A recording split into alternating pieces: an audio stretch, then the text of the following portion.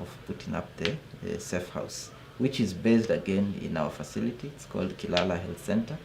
We vacated one ward where gender took up, renovated it, and our staff continue to man it. And I think the biggest success I can say to what we've been doing is the collaboration between the Office of the Deputy Governor, Department of Gender, and ourselves, so that the program is fully owned by all the stakeholders. We also, through the department, work very closely with the police and other non-state actors in the community. Linda Watoto, I believe, and some other NGOs, which interface very closely with what we are doing. And I think so far the people of Makueni can say that that program has really benefited them. Because previously, like the mothers who have had issues in their families, even my husband sometimes, would have nowhere to go. They would have to be held in police cells and all that, which was not very neat. And I want to believe that Nairobi County being the big brother, you will just learn the small lessons that we have and you will make it bigger.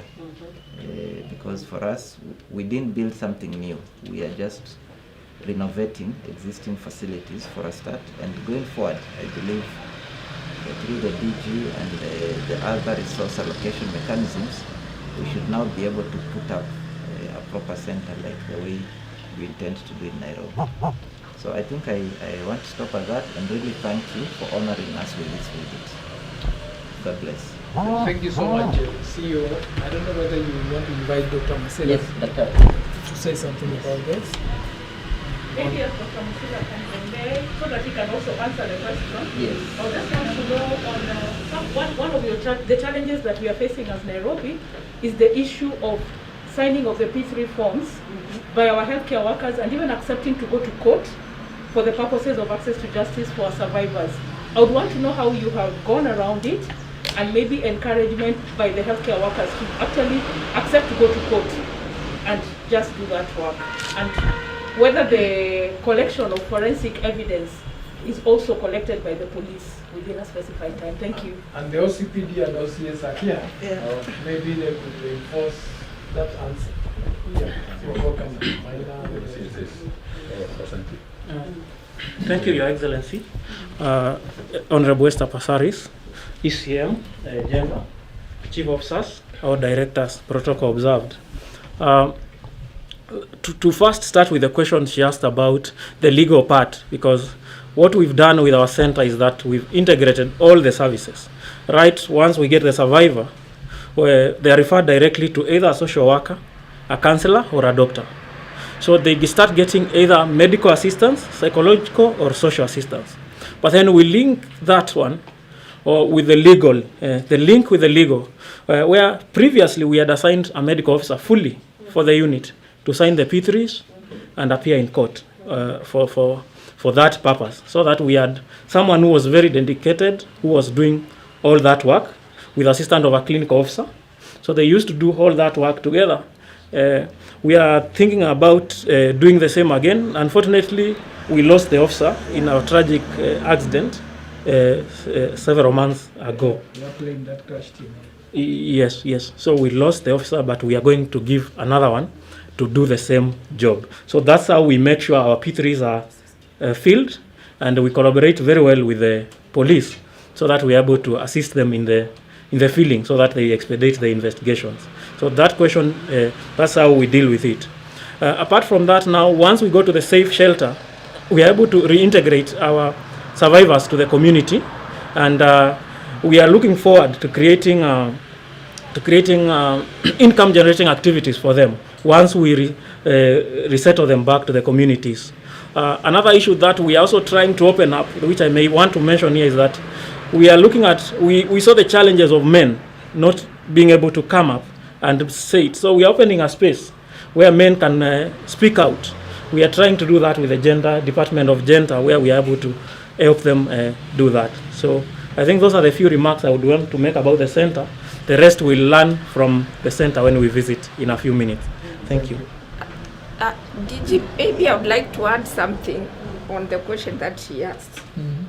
Through our partnership with the Nairobi Women's, we were also able to train our clinicians, so that because we realized most of them were afraid to fill the forms, so we trained them. So now they are not as afraid as they were before. So that has helped us. So that able to link them up together with the courts. Yes. For So specific dates. yes. So that is an area you could pursue.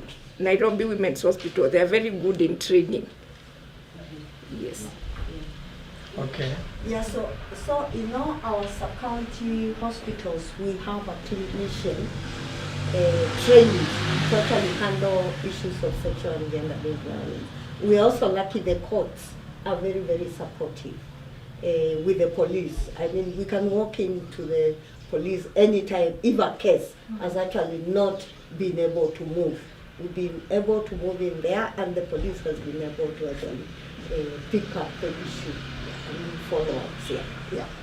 And I think this is the county I've seen very good collaboration across the board. Not just the county government, not just the police, but also the prosecution team and the courts itself. So that every person, when you enter, at whatever entry point it is, you now get the 360 support to be able to get justice. And that's something that I hope that Nairobi County can borrow and actually make it happen. And the beauty of it is the political will. The political will. I hardly follow up what happens, except when a case has actually stuck. Then that's the time we go to a police station. We actually, recently we went to Makindi. Was it Makindi? Yes. Yeah, we went to Makindi because there was a case that we felt was actually lagging. So we had to go there, and then the process was quickly fast-tracked. Yeah. Maybe a question to Daktari about the networking of the facilities across Makueni with the hospital. So you talked about having a medical officer. Here, our biggest challenge in Nairobi is having multiple cases in multiple areas within the city. So trying to refer them to specific centers, then the challenge of transport and movement. So what has Makueni done to address that? Do you have clinics, or do you have your medical officers go into the health centers, or do you have all of them deferred here to be able to have those P3 forms filled so that they can go and access justice? So how is the networking and referrals on the scene?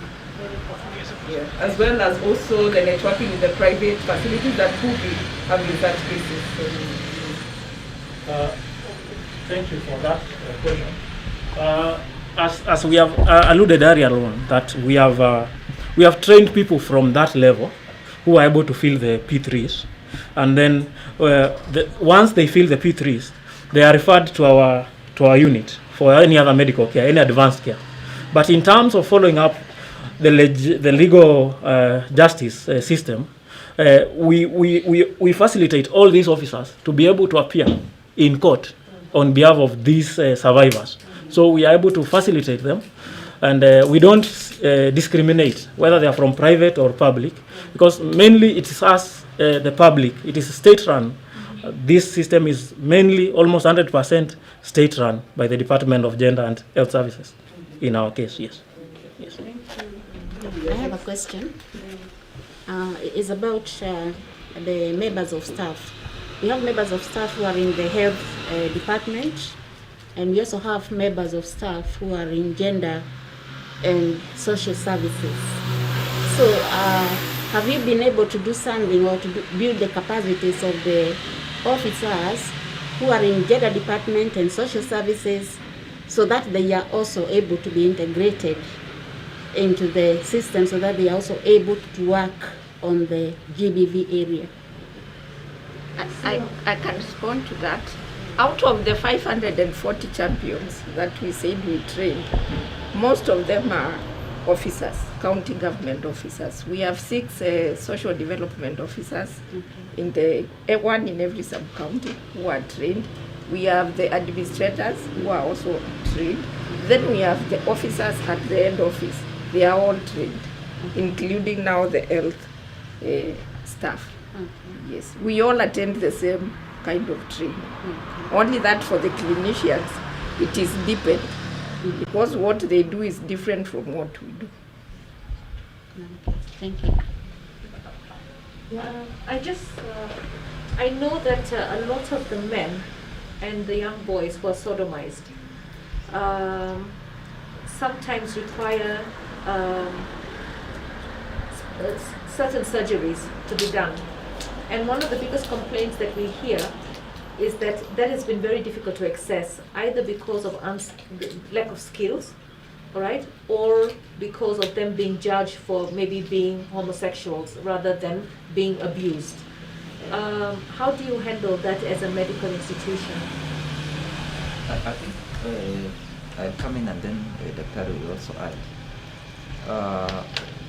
For us, if any case for a young person comes to us and they need surgery, whichever form of surgery, but specifically if they've been sodomized, this hospital has a general surgeon who is able to handle. We have another general surgeon in Makindo Hospital, so we have 2 surgeons currently in the county and others that are under training.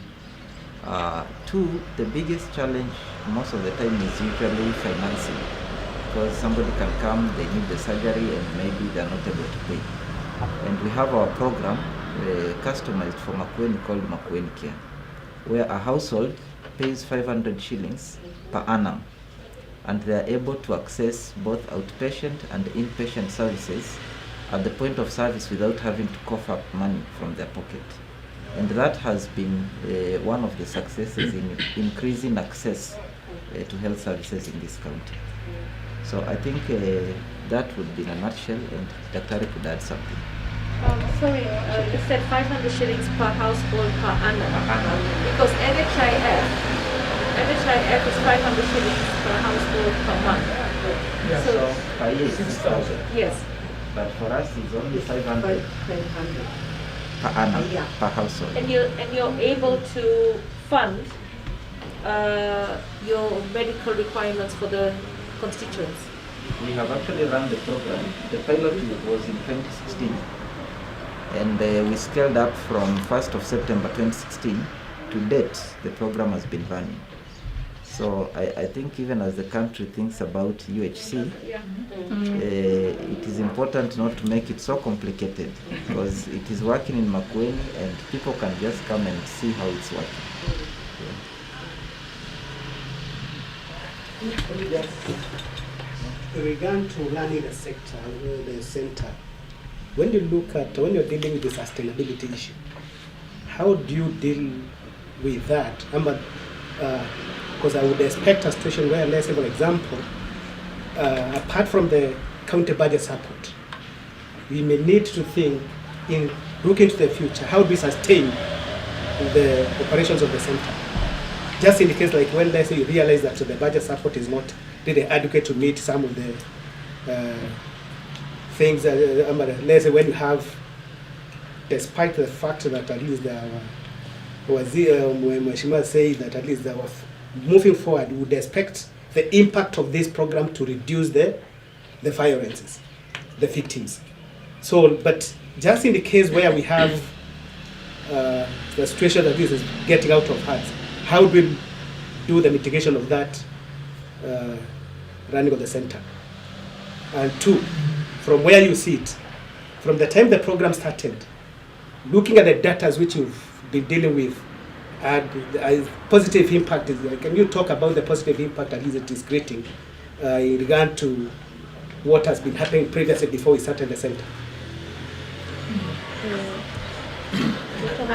I will answer the first question, then Daktari will take the question on the data. About sustainability, this is a county project, and the way we see it, it's a service under the health department, even though it is supported by the gender department. So we cannot really say a time will come when maybe the center will run itself or will be able to sustain itself. So just like the hospitals, we have to continuously fund this facility. We have to continuously employ, support it with manpower, because it is a health need that we must provide. I don't know whether that answers your question.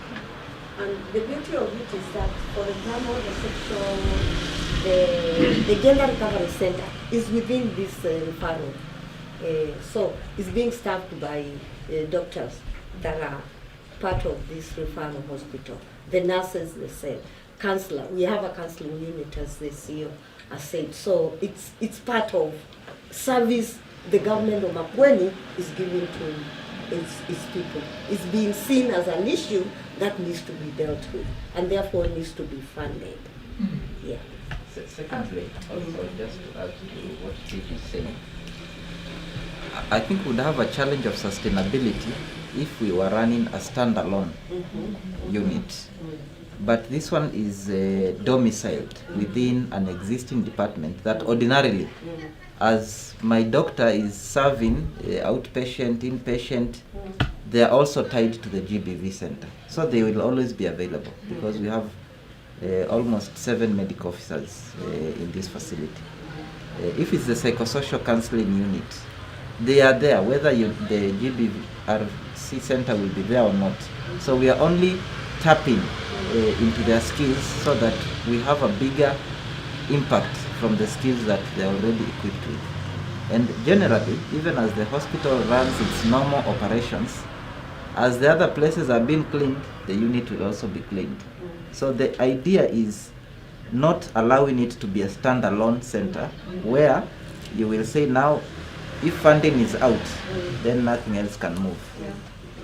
So we are looking at it as part of the integrated service, Yes. where everything is done. Yes. And I think that's the way we are also trying to come up with the same, to have an integrated place where all, irrespective of where the survivor goes, because with standalone, it means then we still have to work with the client from one place to another. But here we are encompassed in one place. Thank you so much. Rosaline, we're building these 11 hospitals which the President recently commissioned, and each and every one of them was supposed to have a unit, a section for GBV, right? So I guess you'll be looking at what we're having here and what we're having there, because I'm thinking if you're a woman who's raped and you come to this facility, or you're being brought because you're unconscious, you're bleeding, you're emotionally not yourself, okay? And you're being brought to this facility and it's a rape. I mean, obviously the first thing would be to destabilize the patient, and then I guess within the hospital move the patient to the GBV center so that she has her privacy, her dignity and everything, and people who are experienced in dealing with her issues. Now what if that particular man, woman, child was not in your 500 shilling program? So now, if they are not in the program, it means they will have to pay for certain services, but for the legal documents like P3, we don't charge at all, you know. And maybe, Dr. you could clarify if it's a gender-based violence patient, if the other charges like lab, and they're not insured, how do we go about it? Yeah, a couple of times we've had such clients come, and we've asked them to pay. If they are not able to pay, we have a waiver and exemption system within the hospital that can allow them access all those services through the waiver, which now we will again ask the government to reimburse when they're able to. So we make sure at least they get the service even if they're unable to pay. We're also looking at, we're looking at the UHC package as also bringing in issues of sexual and gender-based violence. And going by the standard operating procedures for national guidelines, SGBV cases are actually supposed to be free. But then I know, and I get what Daktari is talking about, sometimes we get like cases that need to go to theatre. And that's where we have quite a number of hearings, like from private facilities, the transfers and all that. And I think what Makueni is doing for the 500 is a way to cover that gap.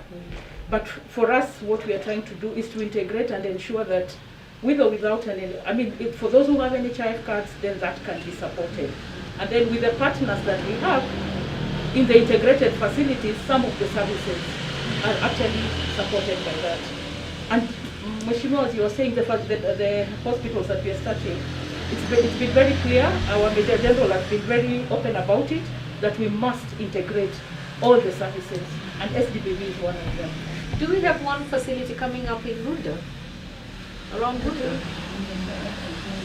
The focus What's the has been nearest with one the to- informal settlement. So at Runda we have the Mji Huruma facility, we have Karura Health Center, and on the other side we have the Westlands Health Center. So the idea is to Yeah. make sure one of those facilities will have a GBV. We already have Westlands. Yeah. Center. Yeah. Hello, Yes. Your Excellency, in the interest of time, Yes, because it's already past 1, and we are yet to go to the GVRC yes. and the same place, and I think we are also overcrowded here. I think We are breaking our own protocol. exactly that again I'm getting That's what I worried. was going to say. Yeah, so I think it's important we stop at this point, Yes. then proceed to the GVRC. And the GVRC again is still also a small space. We will all park outside at the parking, and we'll be getting batches of, I don't know how many people at a time, Daktari? We can divide ourselves into 3 groups. Into 3 groups. About 10 each. 10, let's talk about 10 max. Yeah. Yeah. 10 groups. Yeah. And we'll have the first one led by the DG and the